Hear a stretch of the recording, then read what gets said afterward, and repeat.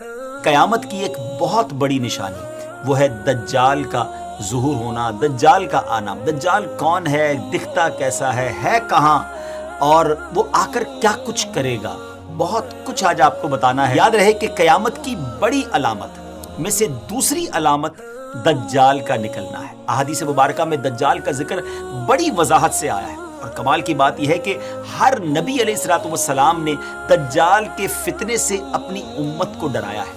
سرکار دو عالم صلی اللہ تعالی علیہ وسلم نے اس کی نشانیاں، اس کا حلیہ، اس کے آنے سے پہلے اور بعد کے جو حالات ہوں گے اس کو بھی بیان فرمایا ہے۔ انشاءاللہ بڑی دلچسپ آج کی ایپیسوڈ ہے، عبرت ناک بھی ہے اور اوتھنٹک معلومات بھی ہے۔ سب سے پہلے چلتے ہیں اللہ کے پیارے کلام قرآن مجید فرقان حمید میں۔ اللہ تبارک و تعالی ارشاد فرماتا ہے، بسم اللہ الرحمن الرحیم، وَمِنْهُمْ مَنْ يَلْمِزُكَ فِي الصَّدَقَاتِ فَإِنْ أُعْطُوا مِنْهَا رَضُوا وَإِنْ لَمْ يُعْطَوْا مِنْهَا إِذَا هُمْ يَسْخَطُونَ۔ ترجمہ یعنی اور ان میں سے کوئی وہ ہے جو صدقات تقسیم کرنے میں تم پر اعتراض کرتا ہے، تو اگر انہیں ان صدقات میں سے کچھ دے دیا جائے تو راضی ہو جاتے ہیں، اور اگر انہیں ان میں سے کچھ نہ دیا جائے تو اس وقت ناراض ہو جاتے ہیں۔ ناظرین، یہ کس واقعے کی بات ہو رہی ہے؟ علماء کرام فرماتے ہیں کہ یہ آیت ذو الخویصرہ تمیمی کے بارے میں نازل ہوئی۔ اس شخص کا نام خرقوس بن زبیر ہے، اور یہ شخص خارجیوں کا بانی ہے۔ رسول کریم علیہ الصلوۃ والسلام مال غنیمت تقسیم فرما رہے تھے تو ذو الخویصرہ نے کہا کہ یا رسول اللہ عدل کیجئے۔ حضور پرنور علیہ الصلوۃ والسلام نے فرمایا کہ تجھے خرابی ہو، میں عدل نہ کروں گا تو عدل کون کرے گا؟ حضرت عمر رضی اللہ تعالیٰ عنہ نے عرض کی، مجھے اجازت دیجئے کہ اس منافق کی گردن مار دوں۔ تو پیارے آقا علیہ الصلوۃ والسلام نے فرمایا کہ اسے چھوڑ دو، اس کے اور بھی ہمراہی ہے کہ تم ان کی نمازوں کے سامنے اپنی نمازوں کو اور ان کے روزوں کے سامنے اپنے روزوں کو حقیر دیکھو گے۔ وہ قرآن پڑھیں گے اور ان کے گلوں سے نہ اترے گا، وہ دین سے ایسے نکل جائیں گے جیسے تیر شکار سے نکل جاتا ہے۔ پیارے ویورز، یہ اس گستاخ کی، اس بدبخت کی گستاخی ہی دراصل اس بدترین فتنے کا پیش خیمہ ثابت ہوئی جس نے بعد میں امت مسلمہ میں زبردست انتشار پیدا کر دیا۔ حضرت عثمان غنی رضی اللہ تعالیٰ عنہ اور مولا علی کرم اللہ تعالیٰ وجہ الکریم کے دور خلافت میں اسلامی ریاست کو چیلنج کرنے والے، یعنی اتھارٹی آف اسلامک ریاست کو چیلنج کرنے والے باغی گروہ در حقیقت اسی کے فالوورز تھے۔ جنگ صفین کے موقع پر جب حضرت علی رضی اللہ تعالیٰ عنہ نے خون خرابے سے بچنے کے لیے تحکیم یعنی ثالثی آربیٹریشن کے راستے کو اپنایا کہ چلیں کوئی بیچ میں فیصلہ کر لیا جائے، تو پہلے تو خوارج نے اس کی حمایت کی، مگر جب یہ فیصلہ کر لیا گیا تو یہ خوارج اس کو رد کرتے ہوئے مولا علی کرم اللہ تعالیٰ وجہ الکریم کے لشکر سے بھی نکل گئے۔ آپ کو معاذ اللہ ثم معاذ اللہ کافر کہنے لگے اور اپنا ایک باغی گروہ تیار کر کے جہاد کے نام پر حضرت علی رضی اللہ تعالیٰ عنہ اور امت مسلمہ کے خلاف لڑنے کے لیے کھڑے ہو گئے، اور عراق کے ایک علاقے کو اپنا مرکز بنا لیا۔ نفرت کا یہ عالم تھا کہ انہوں نے حضرت علی رضی اللہ تعالیٰ عنہ کے شہر کو بھی چھوڑ دیا، اور جنگلوں میں، صحراؤں میں، پہاڑوں میں گھات لگا کر بیٹھ گئے، جہاں وہ اپنے مخالفین کو پکڑ کر ظلم و ستم کا نشانہ بناتے اور انہیں قتل کر دیتے۔ ان کی سرکشی بڑی تو مولا علی کرم اللہ تعالیٰ وجہ الکریم نے صحابہ کرام کا لشکر لیا اور ان خوارج کے خلاف جنگ کی اور انہیں شکست دے دی۔ جب مولا علی کرم اللہ تعالیٰ وجہ الکریم کے لشکر نے خوارج کو ختم کر دیا تو آپ نے فرمایا اس نشانی والے آدمی کو بھی تلاش کرو۔ ایک نشانی بتائی آپ نے، لوگ ڈھونڈنے لگے مگر وہ نہ ملا۔ آپ نے پھر فرمایا اس کو پھر جا کر تلاش کرو، خدا کی قسم میں نے نہ جھوٹ بولا ہے نہ ہی مجھے جھوٹ بتایا گیا ہے۔ یہ بات انہوں نے 2 یا 3 مرتبہ کہی، حتیٰ کہ لوگوں نے ایک کھنڈر سے اس نشانی والے بندے کی لاش کو ڈھونڈ لیا۔ مولا علی کرم اللہ تعالیٰ وجہ الکریم کے سامنے رکھی گئی عجب نشانی تھی ناظرین، کہ جس کا ایک ہاتھ عورت کے پستان جیسا تھا۔ بہرحال امیر المومنین رضی اللہ تعالیٰ عنہ نے تکبیر کہی اور حمد الہی بجا لائے۔ کسی شخص نے کہا، آپ کے ساتھی نے کہا کہ حمد ہے اسے جس نے ان خوارج کی نجاست سے زمین کو پاک کیا۔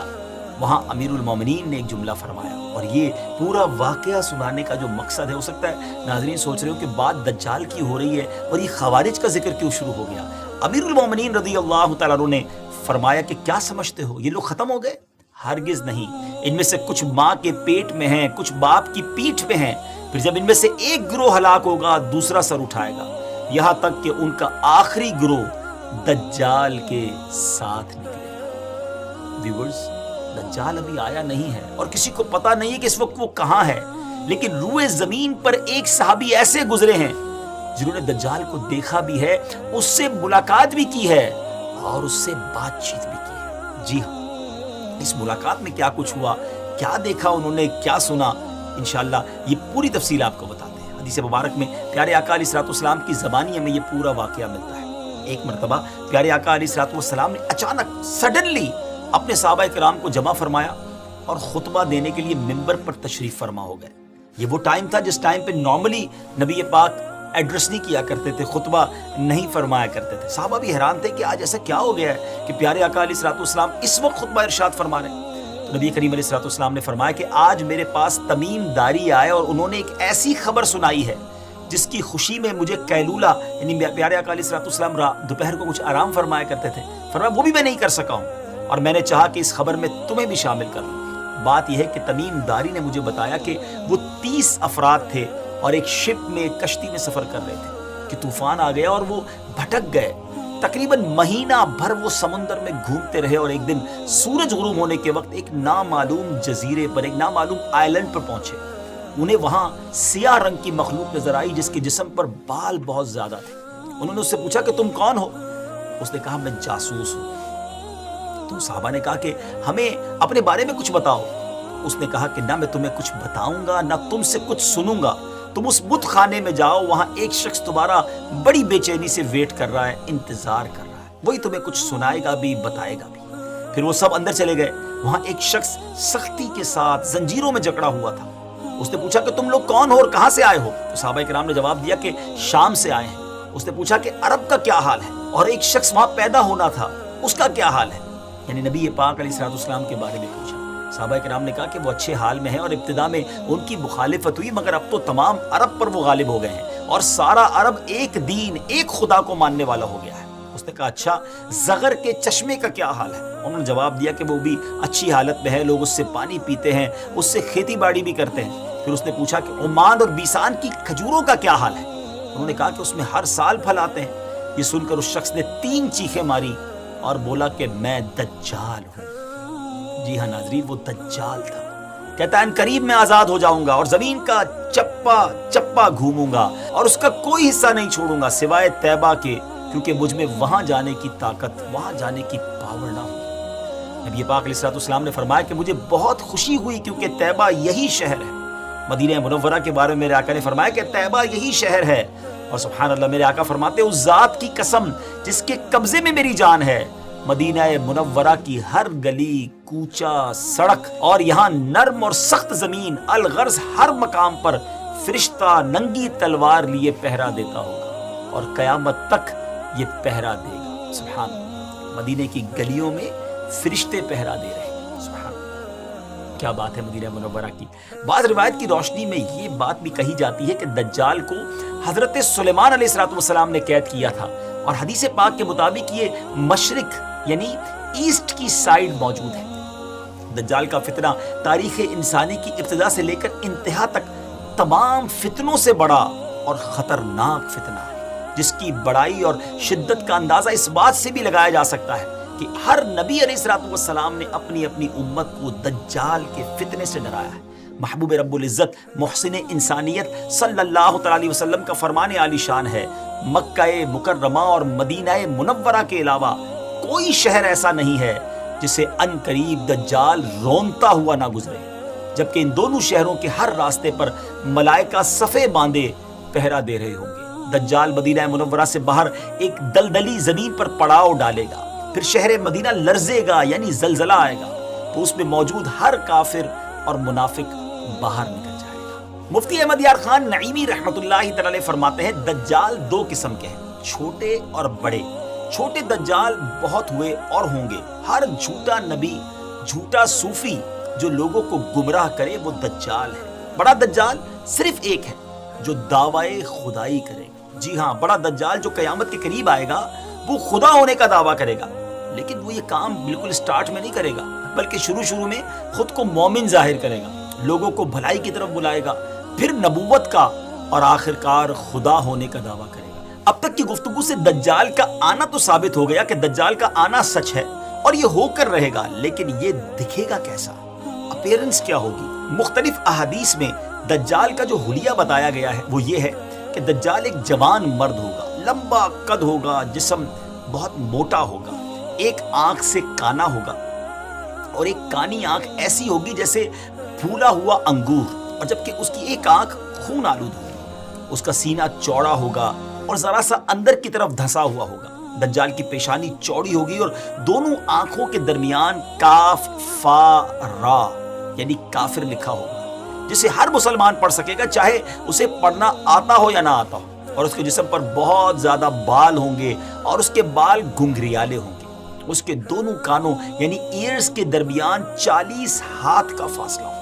اس کی دونوں پنڈلیوں کے درمیان فاصلہ ہوگا اور اس کے دونوں پاؤں کا اگلا حصہ ایک دوسرے سے قریب اور گٹوں یعنی ٹخنوں کی طرف سے فاصلہ ہوگا، جس کی وجہ سے یہ بہت عجیب و غریب دکھے گا۔ جہاں نظر پڑے گی وہاں اس کا قدم پہنچے گا۔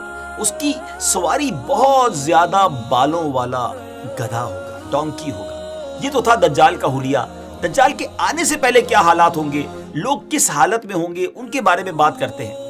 دجال کے نکلنے سے پہلے دنیا بہت بری حالت میں ہوگی، جیسا کہ احادیث مبارکہ کے مضامین سے پتہ چلتا ہے کہ اس کے نکلنے سے 3 سال پہلے سے اس دنیا میں خشک سالی پھیل جائے گی، خشک سالی کا گویا سال پھیل جائے گا۔ فرسٹ ایئر کیا ہوگا؟ آسمان سے 1/3 بارش ہوگی اور زمین کی 1/3 پیداوار روک لی جائے گی، یعنی اب صرف 66% گروتھ ہو رہی ہوگی زمین کے اندر۔ دوسرے سال آسمان سے 2/3 بارش روک لی جائے گی، یعنی 66% اپروکسیمیٹلی 2/3 بارش نہیں ہوگی، اور پھر 2/3 زمین کی پیداوار بھی۔ اور جو 3rd ایئر ہوگا اس سال کوئی بارش نہیں ہوگی، زمین پر کوئی پیداوار نہیں ہوگی، حتیٰ کہ آسمان شیشے کی طرح ہو جائے گا اور زمین تانبے کی ہو جائے گی۔ اس خشک سالی کے سبب تمام چوپائے ہلاک ہو جائیں گے، فتنے اور قتل و غارت گری عام ہو جائے گی، آدمی ایک دوسرے کو قتل اور جلا وطن کر رہے ہوں گے، غذائی قحط یعنی ایک جس کو کہیں کہ فوڈ کا کرائسس پیدا ہو جائے گا، علمی اور روحانی قحط بھی ہوگا، یعنی فوڈ کرائسس کے ساتھ ساتھ غذائی قحط کے ساتھ ساتھ علمی اور روحانی قحط بھی برپا ہوگا۔ دین کے معاملے میں لوگوں میں کمزوری پیدا ہو چکی ہوگی، علماء اور دیندار لوگوں کی قلت ہوگی۔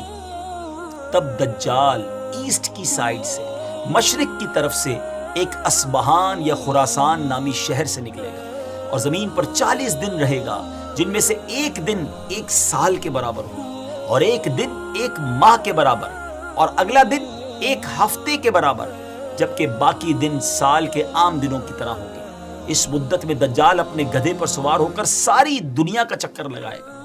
گدھے کا جسم اتنا بڑا ہوگا کہ دونوں کانوں کے درمیان کا جو فاصلہ ہوگا وہ 40 ہاتھ کے برابر ہوگا، اور اس کے ڈونکی کی جو رفتار ہوگی وہ یہ عالم ہوگا کہ 1 قدم اٹھائے گا تو 1 مائل طے کر لے گا، اور روئے زمین کا کوئی میدان، صحرا اور پہاڑی علاقہ ایسا باقی نہیں بچے گا کہ جہاں وہ نہ جائے۔ البتہ مکہ مکرمہ اور مدینہ طیبہ پر فرشتوں کا پہرا ہونے کی وجہ سے ان میں داخل نہ ہو سکے گا، بلکہ مدینے کے باہر دلدلی زمین میں پڑاؤ کرے گا، اور مدینہ پاک میں زلزلے کے 3 جھٹکے آئیں گے، جس کی وجہ سے ہر کافر اور منافق وہاں سے بھاگ نکلے گا اور دجال سے جا ملے گا۔ اس روز مدینہ پاک ہر منافق، فاسق، مرد و عورت سے خالص و پاک ہو جائے گا، اس لیے اس دن کا نام یوم الخلاص ہے۔ دجال طرح طرح کے شعبدوں یعنی ٹرکس کے ذریعے لوگوں کا ایمان برباد کرنے کی کوشش کرے گا۔ ناظرین ذرا سوچیں کتنا ڈیفیکلٹ ٹائم ہوگا۔ ایمان بچانا، اپنے آپ کی حفاظت کرنا، اپنے دین کی حفاظت کرنا، یہ کتنا مشکل ہے۔ حدیث پاک میں بہت باتیں ڈیٹیل سے بیان ہوئی ہے ناظرین۔ حدیث پاک میں ہے کہ دجال کے ساتھ روٹیوں کے پہاڑ ہوں گے۔ دجال کے فالوورز کے علاوہ باقی لوگ سخت تکلیف میں ہوں گے۔ دجال کے ساتھ 2 گارڈن ہوں گے، 2 باغ ہوں گے، جن میں سے ایک کو وہ جنت کہتا ہوگا، دوسرے کو دوزخ کہے گا۔ جو اس کے خدا ہونے پر ایمان لائے گا اسے اپنی جنت میں ڈال دے گا، اور جو انکار کرے گا اسے جہنم میں داخل کرے گا۔ لیکن یاد رہے، جس کو وہ جنت کہتا ہوگا بیسیکلی وہی دوزخ ہے، اور جس کو وہ دوزخ کہتا ہوگا اور جو ایمان کی وجہ سے اس میں ڈالا جائے گا، اس کا انکار کی وجہ سے ڈالا جائے گا، تو وہ آگ میں نہیں بلکہ وہ واقعی جنت میں جا رہا ہوگا۔ اس کے لیے زمین کو لپیٹ دیا جائے گا، وہ 40 دن میں پوری دنیا کا چکر لگائے گا سوائے حرمین طیبین کے۔ زمین سے خزانے نکالے گا اور خزانے اس کے پیچھے چلیں گے۔ علم دین کی انتہائی کمی ہوگی. روئے زمین پر کوئی ایسا شخص باقی نہ ہوگا جو دجال سے ڈیبیٹ کر سکے, مناظرہ کر سکے. ایک ایسا نیک مومن ان کی طرف آئے گا جس سے دجال کے سپاہی کہیں گے کہ کیا تم ہمارے رب پر ایمان نہیں لاتے؟ وہ نیک مومن کہیں گے کہ میرے رب کی نشانیاں چھپی ہوئی نہیں ہیں. پھر وہ ان کو پکڑ کر دجال کے پاس لے جائیں گے. یہ دجال کو دیکھ کر فرمائیں گے اے لوگوں یہ وہی دجال ہے جس کا رسول کریم علیہ الصلوۃ والسلام نے ذکر فرمایا تھا. دجال کے حکم سے ان کو مارا جائے گا, زد و کوب کیا جائے گا. پھر دجال کہے گا کہ کیا تم میرے اوپر ایمان نہیں لاتے؟ وہ فرمائیں گے تو مسیح کذاب ہے. دجال کے حکم سے ان کے جسم مبارک سر سے پاؤں تک کاٹا جائے گا, 2 حصے کر دیا جائے گا. ان دونوں حصوں کے درمیان سے دجال گزرے گا. پھر دوبارہ اس کو کہے گا کہ اٹھو, تو وہ تندرست ہو کر اٹھ کھڑے ہوں گے. تب دجال ان سے کہے گا کہ اب تو مجھ پر ایمان لے آؤ. وہ فرمائیں گے میری بصیرت اور زیادہ ہو گئی ہے, اے لوگوں یہ دجال ہے, اب میرے بعد یہ کسی کے ساتھ پھر ایسا نہیں کر سکے گا. پھر دجال انہیں پکڑ کر ذبح کرنا چاہے گا اور اس پر قادر نہ ہو سکے گا. پھر ان کو پکڑ کر گویا اپنی جہنم میں ڈالے گا. لوگ گمان کریں گے کہ ان کو آگ میں ڈالا ہے, مگر در حقیقت وہ جنت ہوگی, اور جسے وہ اپنی جنت کا نام دے گا وہ در حقیقت وہ دوزخ ہوگی. دجال کے کہنے پر آسمان سے بارش برسے گی, زمین کو حکم دے گا وہ سبزے اگائے گی, آسمان اس کے کہنے پر گویا پانی برسائے گا. دجال کے ماننے والوں کے جانور لمبے چوڑے اور خوب تیار اور دودھ والے ہو جائیں گے, اور ویرانے میں جائے گا تو وہاں کے خزانے شہد کی مکھیوں کی طرح اس کے ساتھ ہو جائیں گے. اس قسم کے بہت سے شعبدے, بڑی ٹرکس دکھائے گا. در حقیقت میں سب جادو کے کرشمے اور شیاطین کے تماشے ہوں گے جن کا حقیقت سے کوئی تعلق نہیں ہوگا, اس لیے کہ اس کے وہاں سے جانے کے بعد لوگوں کے پاس کچھ بھی نہیں رہے گا. خزانے بھی دکھائے گا, بہت ساری چیزیں ہوں گی, لیکن جب دجال وہاں سے جائے گا تو پیچھے سب چیزیں دوبارہ ختم ہو جائیں گی. دجال کے لشکر میں 70,000 اصبہان کے یہودی ہوں گے اور 13,000 ان کی عورتیں, اور ساتھ ساتھ وہ لوگ بھی ہوں گے جو یہودیوں کے تابع ہوں گے. اس کے ساتھ شیاطین ہوں گے, وہ اس سے کہیں گے اے دجال ہم سے جو چاہے کام کروا لے, ہم تیری مدد کریں گے. دجال کہے گا کہ لوگوں میں پھیل جاؤ, میرا خوب چرچا کرو کہ میں رب ہوں. شیاطین ایسا ہی کریں گے. دجال کے ان فتنوں کی وجہ سے اہل ایمان سخت پریشان اور تنگی کے عالم میں بھاگ کر دخان نامی ایک پہاڑ میں پناہ لیے ہوئے ہوں گے, لیکن دجال ان کا پیچھا کر کے پہاڑ کا گھیرا کرے گا. اہل ایمان سخت تکلیف میں, بھوک میں مبتلا ہوں گے. تب اللہ پاک حضرت سیدنا عیسیٰ علیہ نبینا علیہ الصلوۃ والسلام کو نازل فرمائے گا. ناظرین یہ وہ ٹرننگ پوائنٹ ہوگا کہ تمام تکلیفوں کے بعد, تمام پرابلمز کے بعد اہل ایمان کی پھر مدد کیسے کی جائے گی. قرب قیامت ہوگی اور حضرت عیسیٰ علیہ الصلوۃ والسلام جامع مسجد دمشق میں شرقی مینارے پر نازل ہوں گے. اور اب جب حضرت عیسیٰ علیہ الصلوۃ والسلام اس دنیا میں آ جائیں گے تو ان کو دیکھتے ہی دجال ایسے گھلے گا, میلٹ ہوگا جیسے پانی میں نمک گھلتا ہے, میلٹ ہوتا ہے. آپ علیہ الصلوۃ والسلام دجال کو مقام لد پر قتل کریں گے اور اس کے فالوورز میں سے ایک بھی کسی کو بھی زندہ نہیں چھوڑیں گے. یہ فتنہ بہت شدید ہوگا. ناظرین نبی پاک علیہ الصلوۃ والسلام نے بھی اس سے پناہ مانگی اور اس کی ترغیب ارشاد فرمائی ہے, اور روایت کی روشنی میں علماء نے دجال سے بچنے کے کچھ طریقے بھی ارشاد فرمائے ہیں. آئیے اب وہ باتیں بھی سیکھ لیتے ہیں کہ ہم اس کے لیے کیا کر سکتے ہیں, ہم کیا دعا کریں. جو کوئی مسلمان مکہ یا مدینے میں ہوگا وہ دجال کے فتنے سے محفوظ رہے گا, کیونکہ دجال حرمین طیبین میں داخل نہیں ہو سکے گا. بعض روایت میں آیا کہ جو مسجد اقصی یا مسجد طور میں ہوگا وہ بھی فتنہ دجال سے بچا رہے گا. نبی پاک علیہ الصلوۃ والسلام نے فرمایا جو سورہ کہف کی پہلی 10 آیتیں یاد کرے گا دجال کے فتنے سے محفوظ رہے گا. میں بھی نیت کر لیتا ہوں, آپ بھی کر لیں کہ 10 آیتیں سورہ کہف کی, فرسٹ 10 آیات آف سورہ کہف, اس کو یاد کر لیں. علماء نے مختلف حدیثوں کی روشنی میں یہ بات بھی بیان کی اور فرمایا کہ پہاڑوں اور جنگلوں سے دور رہا جائے, کیونکہ دجال اکثر دیہاتوں یعنی ولیجز میں جائے گا.